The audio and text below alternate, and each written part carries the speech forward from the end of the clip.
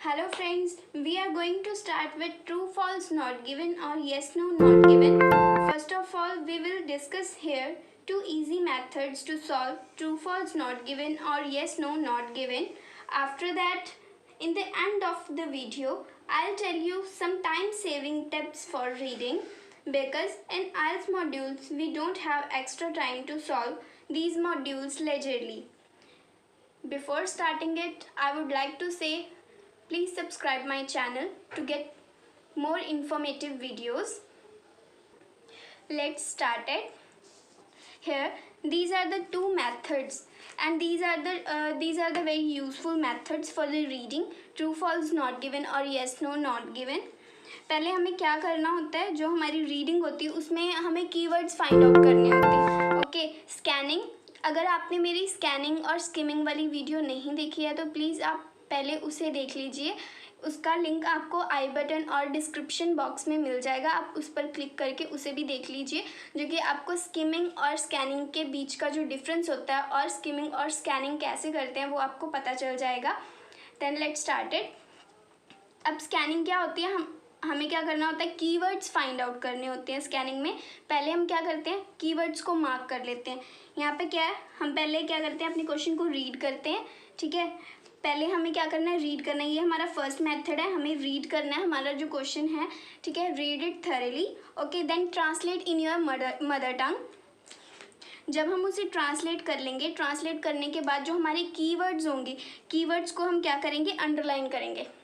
Okay, read it thoroughly and then translate in your mother tongue, then underline the keywords. okay, जब आप underline कर लोगे keywords के तो आपके जो keywords हैं वो कौन से होते हैं keywords, या तो कोई noun हो सकता है, ओके, या adjective हो सकता है, verb और adverb हो सकते हैं. ओके, ये चारों आपके क्या हो सकते हैं, keywords हो सकते हैं.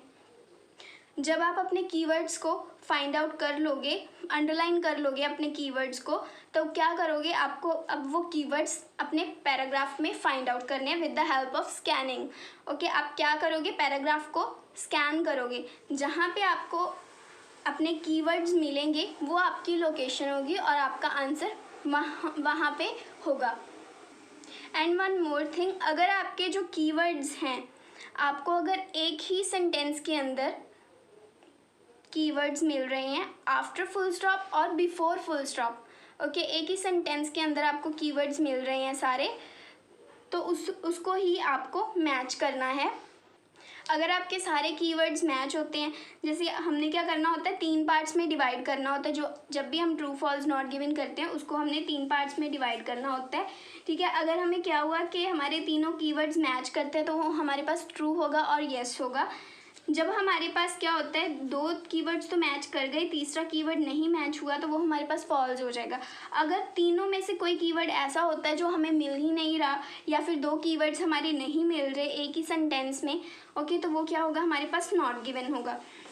और जो हमारी अगर स्टेटमेंट है वो कॉन्ट्राडिक्ट करती है तो उस सिचुएशन में भी क्या होगा, हमारे पास फॉल्स होगा. ये तो होगी हमारे पास स्कैनिंग, जो कि हमारा फर्स्ट मेथड था. हम कैसे स्कैनिंग के थ्रू इसे करेंगे, क्या था ये, पहले हमें इसे रीड करना है. Read it thoroughly, then translate in your mother tongue, then underline the keywords, then find out the keywords with the help of scanning. Okay, then हमारा जो सेकंड मेथड है वो क्या है, हम ट्रू फॉल्स को क्या करेंगे, 3 पार्ट्स में डिवाइड कर लेंगे. पहले क्या होगा, हमारा सब्जेक्ट होगा. ओके, देन हमारी क्या होगी, वर्ब होगी, देन ऑब्जेक्ट. ओके, ऐसे करेंगे हम, इसको 3 पार्ट्स में डिवाइड कर लेंगे. सब्जेक्ट, वर्ब और ऑब्जेक्ट, इस अकॉर्डिंग उसको अंडरलाइन कर देंगे. अंडरलाइन करने के बाद क्या, अब जब हम उस लोकेशन को फाइंड आउट करेंगे और मैच करेंगे तब क्या होगा, अगर हमारे पास जो 2 कीवर्ड्स हमारे मैच होते हैं, सब्जेक्ट और वर्ब है, जैसे हमारी मैच हो गई, ओके, ऑब्जेक्ट नहीं हो रहा मैच, तो हमारे पास क्या आएगा, फॉल्स आएगा. इसका आंसर हमारे पास फॉल्स आएगा. अगर हमारा एक ही ऑब्जेक्ट है जो मैच हो रहा है, एक ही चीज़ है जो हमारी मैच हो रही है, जैसे हमारे पास ऑब्जेक्ट है वो मैच हो गया, और 2 कीवर्ड्स हैं जो सब्जेक्ट और वर्ब है, ये हमारे पास मैच नहीं हुआ, या सब्जेक्ट ऑब्जेक्ट मैच नहीं हुआ, सिर्फ वर्ब मैच हो रही है, हमें ये कीवर्ड्स मिल ही नहीं रहे, तो क्या होगा, यहाँ पे हमारे पास आंसर नॉट गिवन हो जाएगा.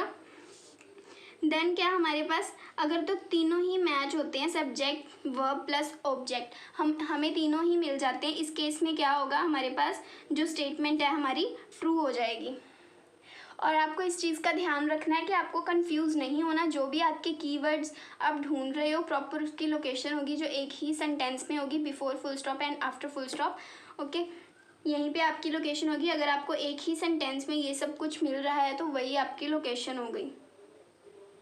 मैं प्रेफर करूँगी कि पहले आप जो हमारा फर्स्ट मेथड था उस मेथड के अकॉर्डिंग चलिए। Read, translate and underline, read it thoroughly, then translate in your mother tongue and underline the keywords, then with the help of scanning find out the keywords or location, then mark your answer.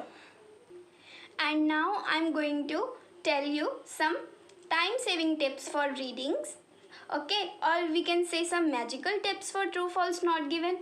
Here it is guys, ये कुछ words हैं जो actual में true false not given में work करते हैं, और ये चीज़ मैंने खुद एक्सपीरियंस की है। ये जो टिप्स हैं ये 90% क्या है, वर्क करती हैं। ओके, आप पहले तो इसका स्क्रीनशॉट ले लो।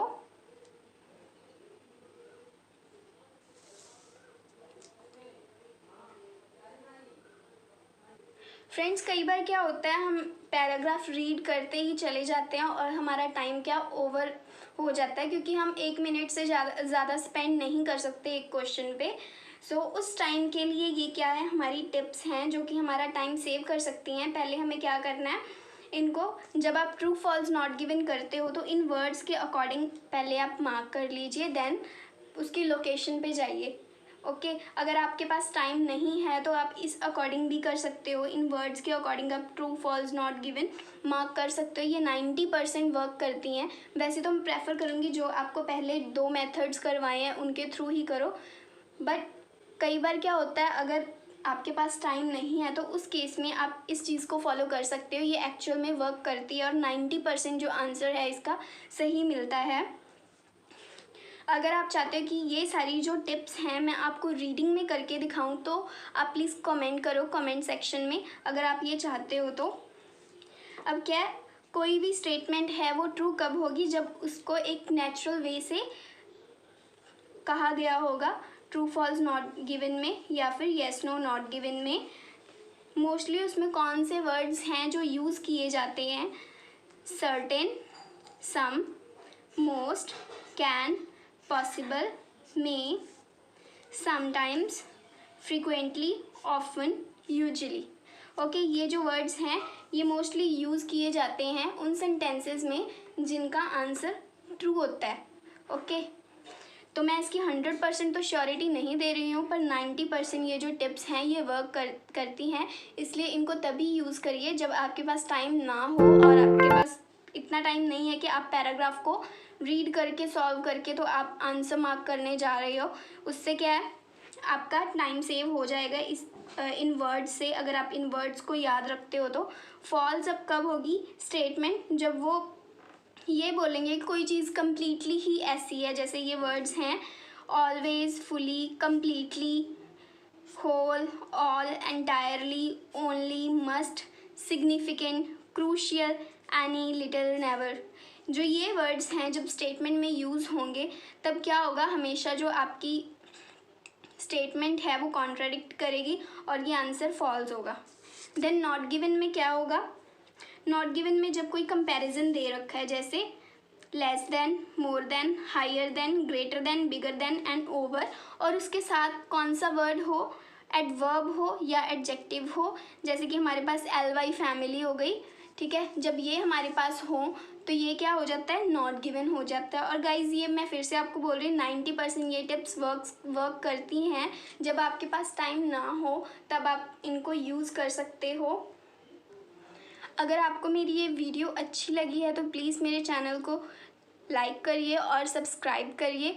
अगर आपको ये वीडियो अच्छी लगी और आप चाहते हो कि इन जो ये टिप्स मैंने बताई हैं आपको इनको मैं रीडिंग में सॉल्व करके दिखाऊं, तो आप कमेंट करिए कमेंट सेक्शन में, मैं ज़रूर इस पर वीडियो बनाऊंगी। Okay, thank you.